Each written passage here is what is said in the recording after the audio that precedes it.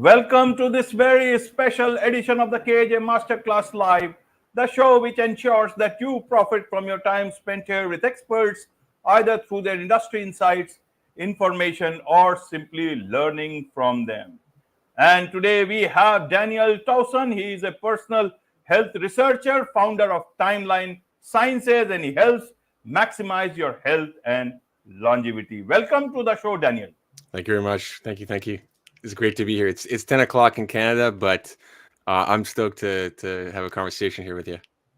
You're welcome to the show, Daniel. 10 o'clock in Canada, 10:42 a.m. in India, and I'm sure not just in India, but a lot of people across the globe will benefit from what we are going to talk about. We'll be talking about how one can maximize their health and longevity.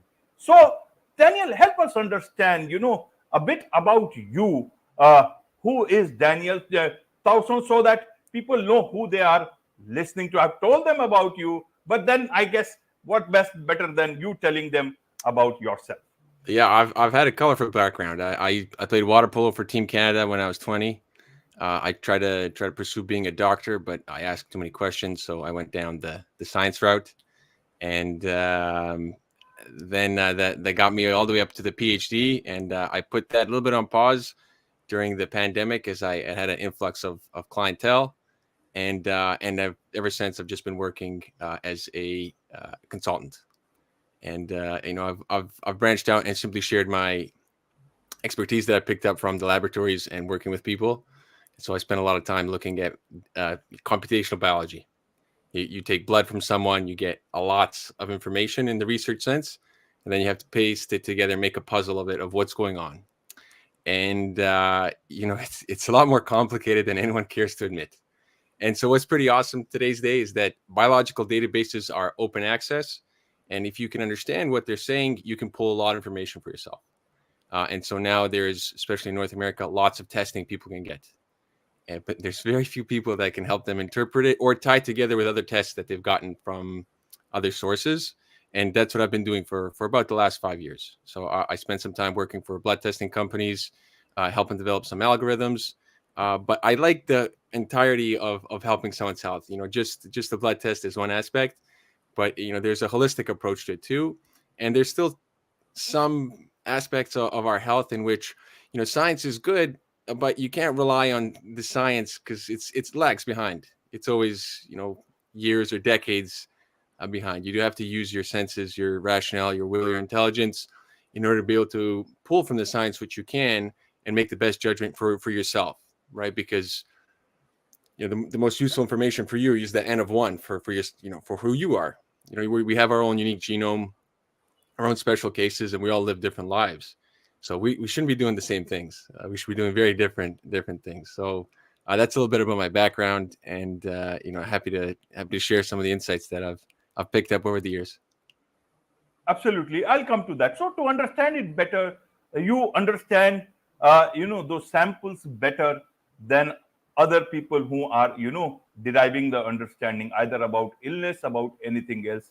Why is it that blood testing companies, they are not able to look at it the way you look at it, or even doctors are not able to look at it the way you look at it? Is it something, in other words, we can call it a functional medicine sort of an approach? How should we understand it?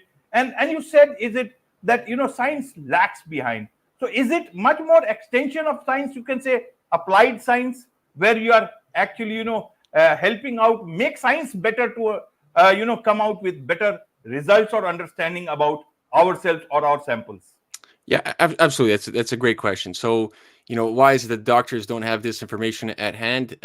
It's because there's just too much information. They need you need to team up and have somebody else do some of what I would say the deep dive into somebody's circumstances. And your clinics can take about let's say 3-4 vials of blood, and they can get maybe some liver enzymes, a white blood cell count, the regular iron and red blood cells.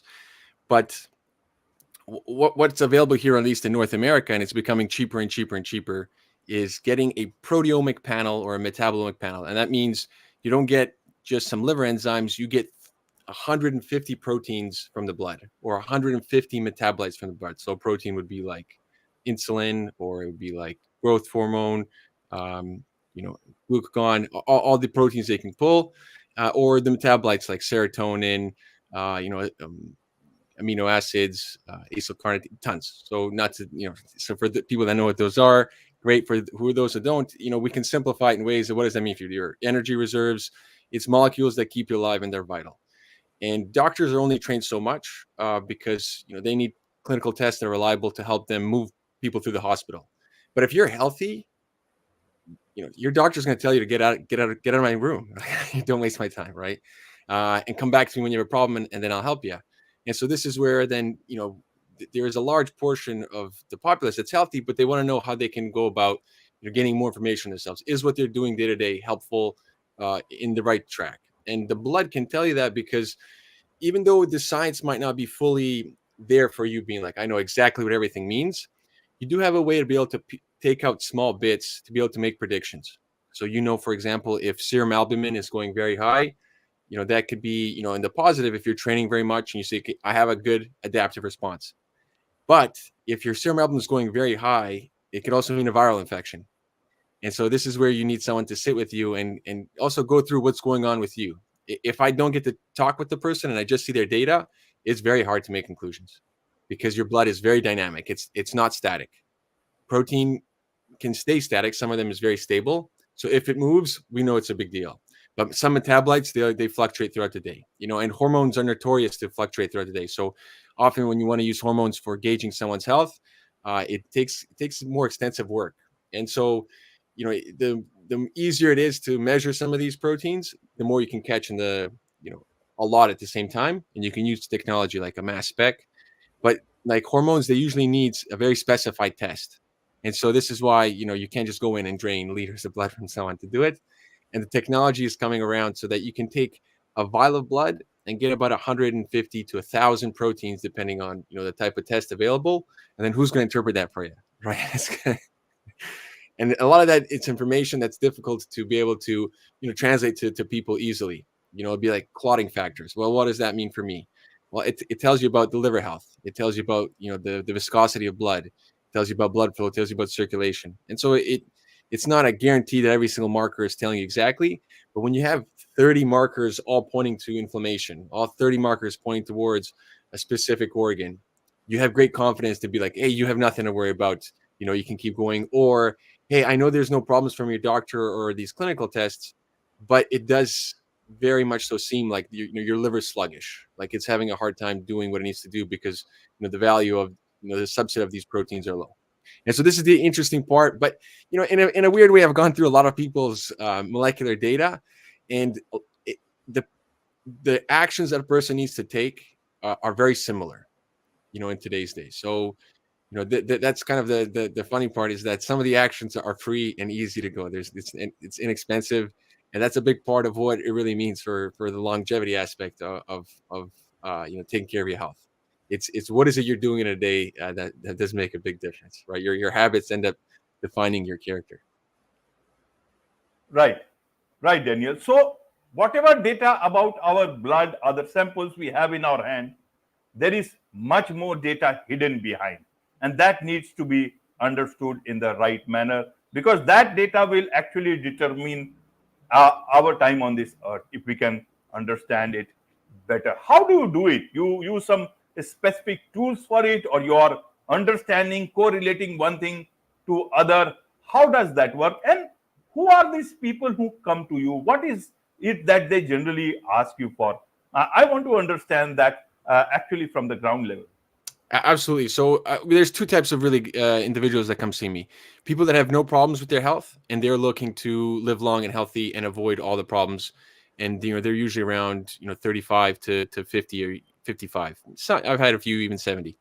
And so they just want to stay healthy for as long as possible. And there's time points in their life where it's ideal, for example, for them to put a lot of effort in, and then so they can coast for a little longer. Or they've put a lot of effort in, and now they want to know how they can, maintain or coast and not have to continuously keep putting effort. So that's one demographic that comes to me, both male and female. Actually, a lot more females are comfortable and seeking help for their health than males. And then the other side is people that are having extremely difficult time with their health, in which here in North America, the healthcare system failed them in lots of ways. They went from doctor to doctor to doctor, and they're still having problems, and they're not willing to play the game of, guess what drug to take. And so now they're looking for someone like me to help put together a story that makes sense to them, that's incorporating their life experiences, right? And then I think that's a big part to understand that this person is trying to communicate something to you. There's a timeline where they were okay, and then something bad happened. And so I just use what's available in terms of information science, and I pull from every country that shares their data. And there's databases, for example, the Human Protein Atlas. It's, I believe, out of is it Sweden or Norway? I think I'm somewhere in Northern Europe, I believe. They're at least the ones that put the initiative forward, in which it is a database so that any protein that you're interested in, you can punch that in, and you can see where in the body it is produced. So that's one easy way just to start the process of bioinformatics. You have a protein, it's only produced in the liver. Really easy. We know then, the liver is something we can support and target. We know things that, as supplements, we know things as foods. We know how the liver functions, we can target it. Something that's a lot harder is something that's produced systemically. So like every single cell produces it. Okay, that doesn't tell us too much. We don't have too much to go off of, but then we can take a look at, do we know any ways that this protein is interacting, or what stimulates its production? Oh, we do. We know it has a interacting partner. Okay, where does that interacting partner get produced? What's the life cycle of that binding partner? And so the information is present for each of these proteins.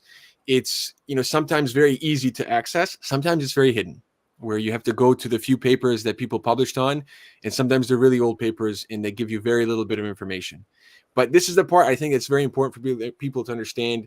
And what I've done for a lot is just translate science. There's a difference between science and story. And I think this is something that I'm very adamant today is what's necessary so humanity doesn't go downhill, right? So we can avoid doomsday. And the only way we do so is by getting smarter, a lot smarter. And so the easiest example I have for science and story, right? If you're in the scientific community, you know exactly what I'm talking about. You get data, and your team says, we're going to put a story together.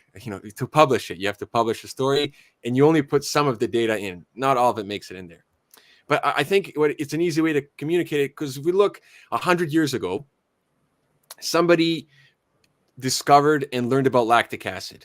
And so for people that don't know, if you exercise and you do activity, your muscles will convert some glucose into lactic acid if you're working at a certain threshold. And so if you work at high intensity, you produce a lot more lactic acid. And the researchers thought, okay, well, they're fatiguing, they're getting sore, lactic acid is causing this. That was their conclusion. But we know that from now, decades and centuries later, that's not right. But so what's the science still present there? Well, the science I can still use today that's very useful is, where did they get the lactic acid from? Oh, okay, they just got it directly from the blood. They even just got it from the tissue. So they sampled both blood and tissue. So that's science. It's where they got it. What was the concentration? Okay, the concentration was a specific value. I can take that value and compare it to populations around the world or today's population. Did that value change in any way? And that tells us whether there is, a big shift in our metabolism from, 100 years, which there isn't. It's still a human being. And so that's the science. That's the science that we use as foundations to build. The story is fine. We have to have a way to communicate it. And I think it's very important for people to understand that is part of, I would say, the communication of science.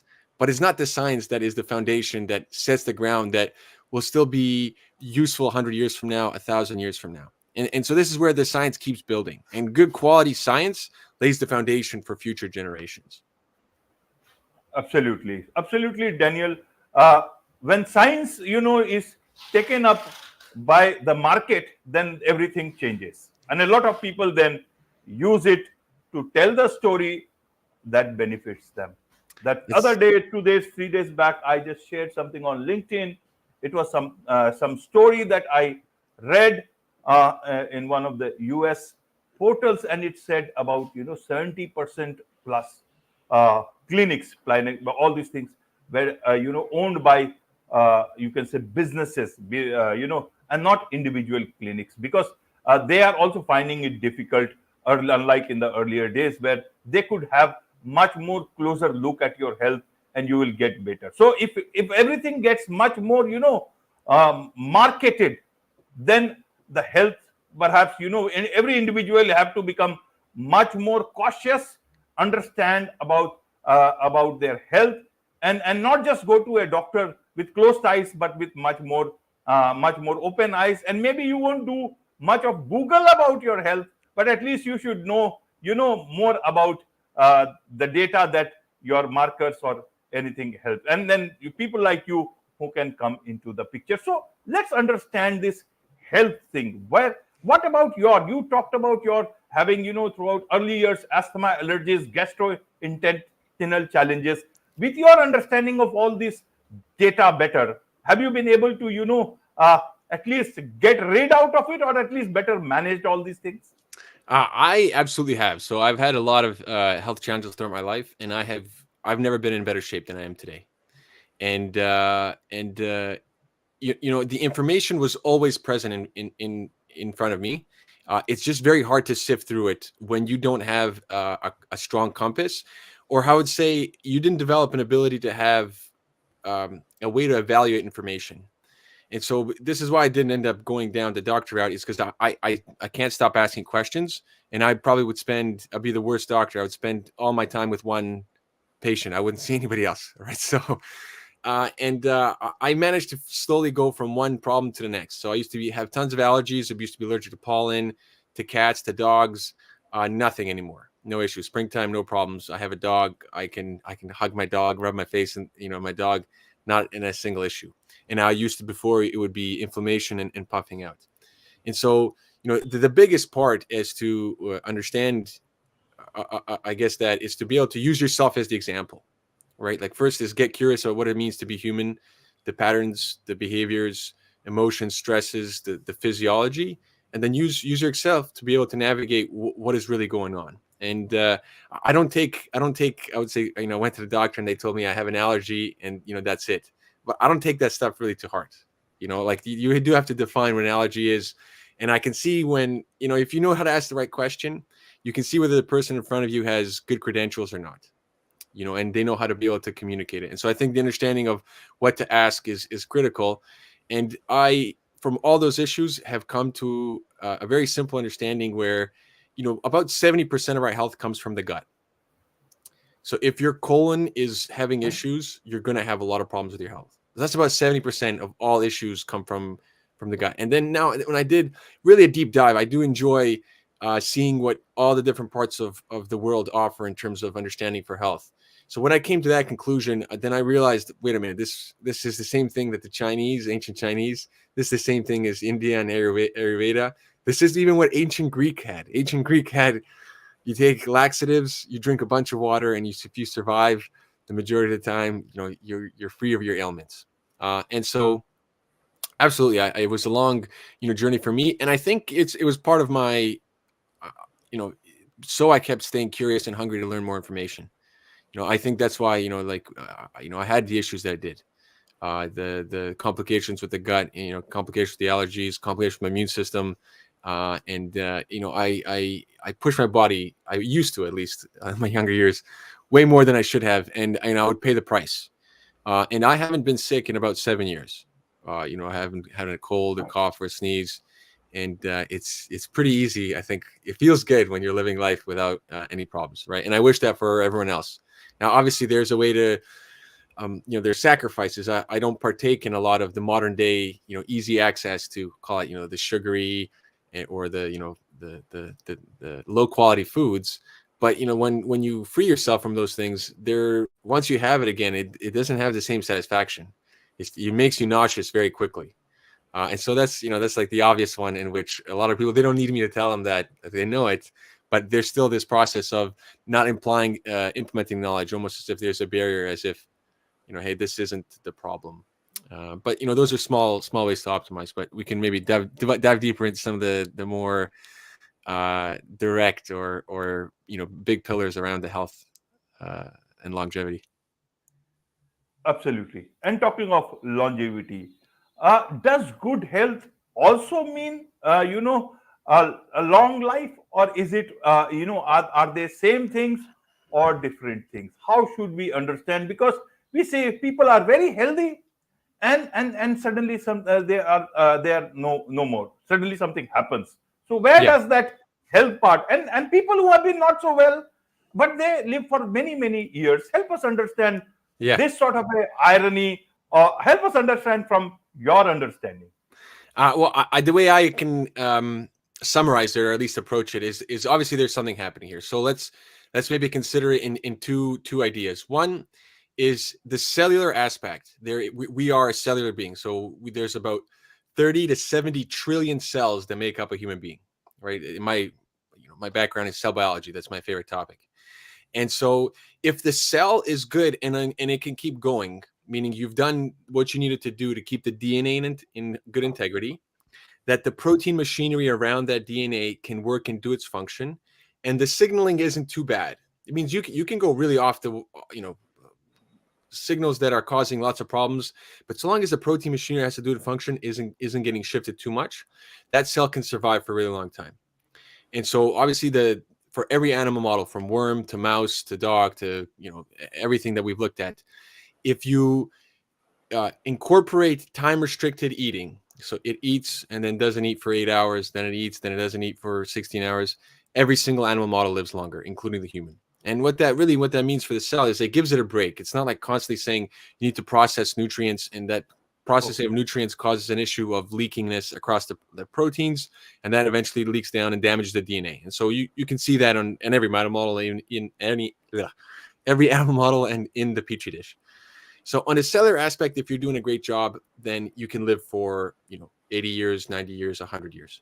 And then all the cells are working together to give functions. So you get a lung function, the heart, the liver, the brain. And so there is the cellular aspect and then the physiological correspondent. And this is where someone that's very healthy, that has, for example, good cells, can have a stroke, can have a heart attack, is because they can push their system at the wrong time and they can have some problems. And so even though they might appear very healthy, where they look, strong and fit, and all of a sudden, a stroke or cardiovascular event, it's often because that person did have good health at one point in time. They have had a dip somewhere. Maybe they've had a few too many nights for, a years, for example, in a stressful scenario where they didn't take care of, how they slept. They ate late. They might have been decent food, but maybe they over consumed, let's say a particular carbohydrate or sweet or some kind of substance that had difficulty processing with their genetics, with their chemical makeup, with their blood type. And what happens is the liver takes a long time, and it slows down. The blood becomes thicker, and all of a sudden, even though the cells are good, they're not working in as good of a harmony. And then you have an event. You have an unfortunate event that takes the life sooner. And so this is the two aspects that we can maybe, take and examine to rectify those particular scenarios of how come someone can live till, 90, 100 and they don't look so good, while someone, looks great, but, their life ends, in the 70s or 80s. So I think those two parts cover our ways to approach it and apply what we know. Right, Daniel. Right. So let's look at the five pillars of longevity that you talk about. How should we understand? That will give us a better understanding of this thing called longevity. Yeah, absolutely. So I think the biggest, the pillar has the most impact is going to be sleep. So people that go to sleep at a reasonable time, 10 o'clock, and then wake up early with the sun, they fare a lot better. And you can see that even one night of poor sleep will impair your glucose metabolism and the way your body uses energy. And then the people that take a nap in the day, about 10, 20, 20 short naps, they also seem to do quite well in the long term.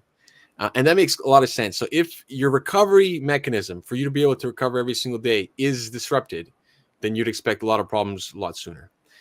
The next pillar is it's not even nutrition, it's fasting. And so fasting, I know in North America here, it's a very big fad called intermittent fasting. And I think that's just called default living. Like the way that human being must live is it must live very respectfully, because when we eat, um, it's a process that gets turned on, hormonal cascade, and it's an effort to pull in. But when you're okay and you're comfortable and you're not eating, Your body can interconvert the resources it needs. Your blood has a lot of amino acids to build proteins. It has tons of energy. Your fat stores have energy. Liver has tons of glycogen. You can go for a long time without consuming food. The body has, you can consider it a certain strength, and there's a resilience to the fact that you're not hungry all the time that you're needing to eat. It's almost like a handicap. Hey, guys, I can't do, this task, or I can't keep snowboarding and having fun.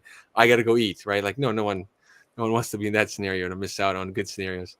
And so the fasting is absolutely pivotal for every culture that's made it to what I would say the centurions. And so I've taken this information from groups around the planet, and not necessarily the blue zones, even though they do end up, because centurions can come out in lots of different areas. From Africa, there's an interesting valley in Afghanistan, even in India. There's actually quite a few scenarios where the centurions they eat very, very modestly. They eat, for example, Absolutely.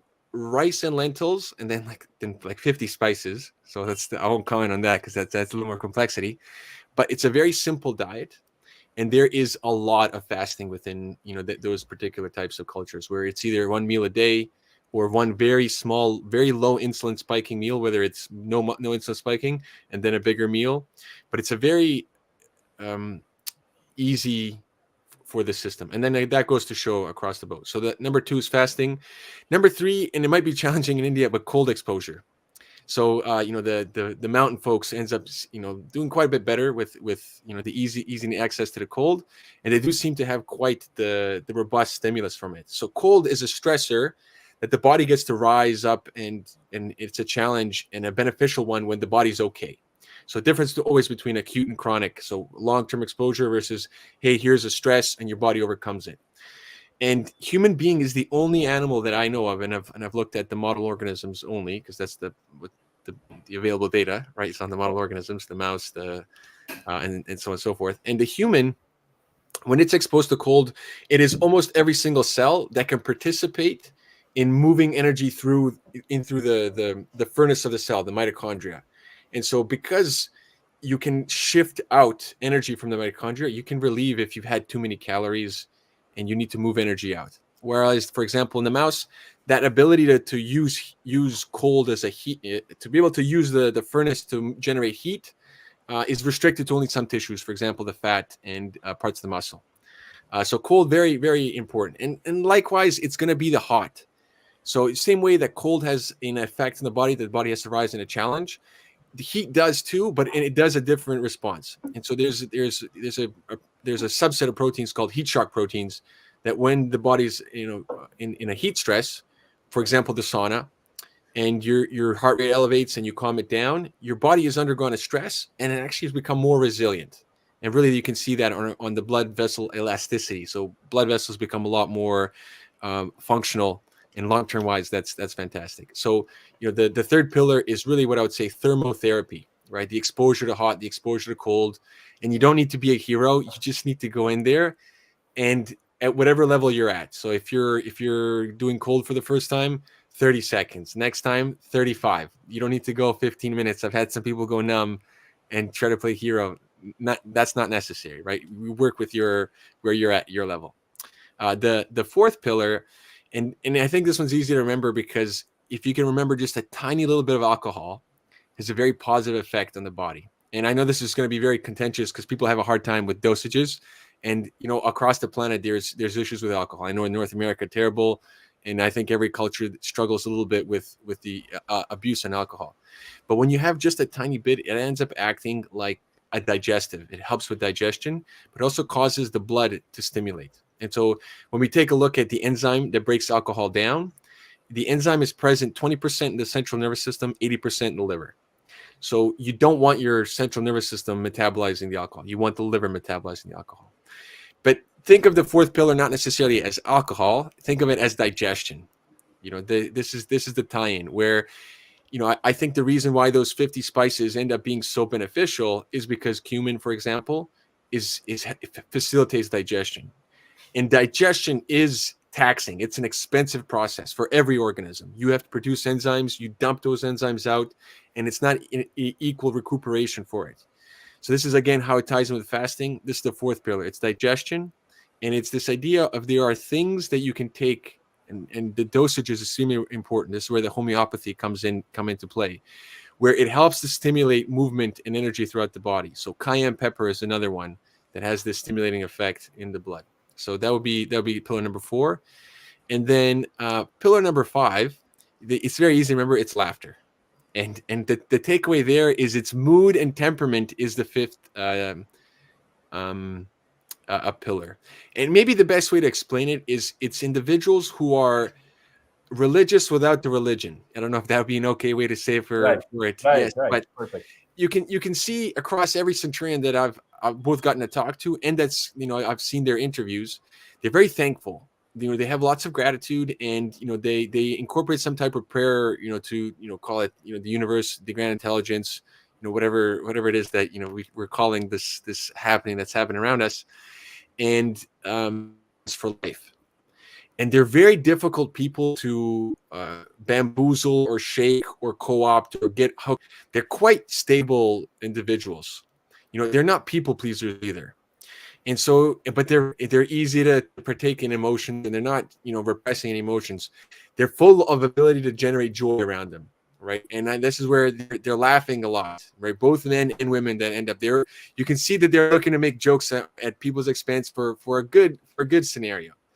And so this is where I think something that it's very difficult for modern day science to get, because these momentary, when you have a feeling, for example, someone skins their knee in front of you. I know I get a visceral feeling right at the solar plexus, right in my gut.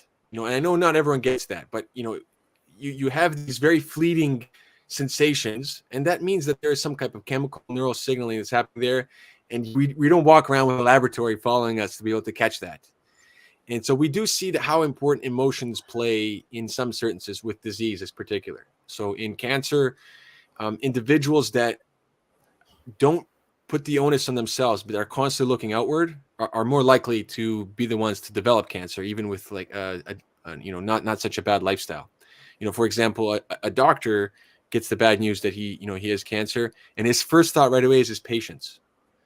And that's just the idea. The energy is always going outward. It's almost neglecting to take time for themselves to be able to put the emphasis that they're deserving, their necessity to be okay. They take time to fill their needs and wants, and in order for them to be able to then partake in the environment. And so this is where mood and temperament is very difficult to be able to pinpoint, but it seems to keep coming up as to the secret sauce as the centurions. And so if you can see that those are the 5 pillars, we don't have nutrition or exercise in it, because when you're looking at these individuals that make it to 100 years old, they're normally always doing something. And a walking is enough. Now, obviously, if you go and you do resistance training, which I heavily advocate for, doing resistance training in different parts of your life to build up a muscle mass, to build up a structure, it's a higher quality of life. But walking has been enough for some of them. And the nutrition has been, it's so long as it is fulfilling the necessity of nutrients that the human body needs, the vitamins, the minerals, the cofactors, so long as those are adequate, it can be a very modest nutritional one. That's why the nutrition and exercise don't even make the top 5, as to when you start trying to separate out, the people that make it to 100. Now, the people that aren't making it to 100, you can see they're doing things wrong. They're eating too many carbonated, refined, artificial, processed. Those are the other kind of things that start coming into the statistics when you want to examine why haven't they made it to 100, which is a little harder to do. But those are the 5 pillars, and it's not it's not my necessarily insights. It's what I've been able to pull also from the researchers that have done the nitty gritty and put forward the information for me to evaluate. So I do have a lot of people to thank in that regard. Wonderful, wonderful, Daniel. You have put a lot of wisdom, lot of understanding of science, lot of understanding of our body, a lot of understanding of our blood, and I'm sure a lot of people would like to understand more about themselves through you, about you, and also perhaps engage with you professionally. So, what is the best way for them to do so, Daniel? The best way is, you can find me on my website. It's Timeline Sciences. That's sciences plural, and very simple. We have one timeline we're all a part of, and science is what we use to describe that timeline. So timelinesciences.com. you can contact me from there, or I am active right now on Twitter. I'm building it up, and if you shoot me a message from Twitter, say, hey, I saw you at the KAJ Masterclass podcast, and I'd be happy to engage with you and take you on a journey that you're interested in. So there you go. That'll be the best way to get a hold of me. Absolutely, absolutely. All I can say is, if you want to increase your lifeline, connect with people at Timeline Sciences. I love it. With this, it's a wrap on this very special edition of the KAJ Masterclass Live. Thank you so much indeed for joining us. Thank you.